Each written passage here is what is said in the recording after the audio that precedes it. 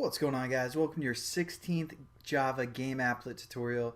What we're going to do in the next couple tutorials is get our game from looking like something like this to looking, more like an actual game like this. So that's what we're going to do in the next couple tutorials is, add some more platforms and also make them, move to the left and kind of explain the reasoning behind how we do this.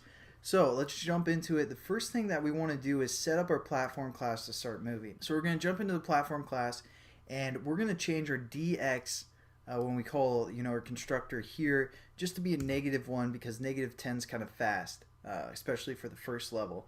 So we're going to change that to -1. The next thing that we're going to do is go to our update method and we're just going to add to our x. So we're going to say x plus equals dx. So it's just going to subtract 1 each time it loops through our thread and calls this update method. So that's nothing new. But the thing is, we don't want to have our platform keep going to the left if it's already off our applet to the left of our screen, going to -infinity and then creating a new platform on the right side and having that go again to -infinity because we'd still have a ton of platforms just running in the background. So what we're going to do instead is we're just going to check if our x direction, we're going to say if x, referring again, this is to the platform class, so it's referring to the platform x coordinate. We're going to say if x is less than 0. Again, we drew our box at the top left corner, so if it's at 0 right now, we'd still see pretty much all of the box. It'd just be touching the left side of our applet. So we also want to say if x is less than 0 minus the width of our applet, or the width of our platform, then what we're going to do is if that's the case, because now our platform is officially off of our applet to the left side of our screen, what we're going to do is we're going to readjust our x to equal our width of our applet. And again, we get some information within the update method about our applet called sp. So we're going to refer to the sp, which again is our applet, and we're just going to say get width, and that will return the width of our applet. And there we go. Now as it exits on the left side, it's going to just start right back on the right side. But that's too consistent, so we also want to add some randomness to this x here. So we're going to set up a random object, again just random r equal to a new random, and then we're going to place our x even further off of our applet, so further off of where we can see it by a random integer. So we're going to say plus r dot nextInt, and we're going to give it a randomness of 300 pixels. So again, that's all we're doing is we're saying, we want to set our x position of our platform to the width of our screen. So it's just now touching the right side of our applet, and it's just going to continue going left, and we'll start seeing it come into the applet. But when we add this extra, random amount of pixels or integers, it's going to place it even further off to the right. So it might take, half a second before it enters the screen instead of just entering the screen right away.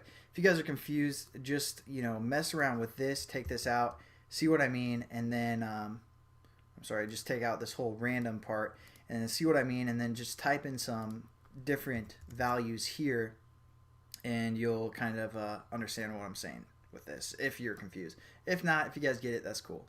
So that's all we're doing there, and now we have some movement for a platform. So what we're also going to do is go to our basic constructor up here that doesn't take any parameters and set this to -1 as well instead of -15 because that's kind of fast. And I think when we created a platform in our starting point class, and jump over there, when we created them, we created one with the default constructor and one with the extra parameters.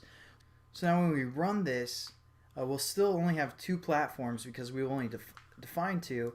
But we'll have it running off to the left of our screen, and we'll reuse that same platform and put it on the right hand side of the screen. So as you can see, that's what it's going to look like. Right now, again, our width, or I'm sorry, x, what am I talking about?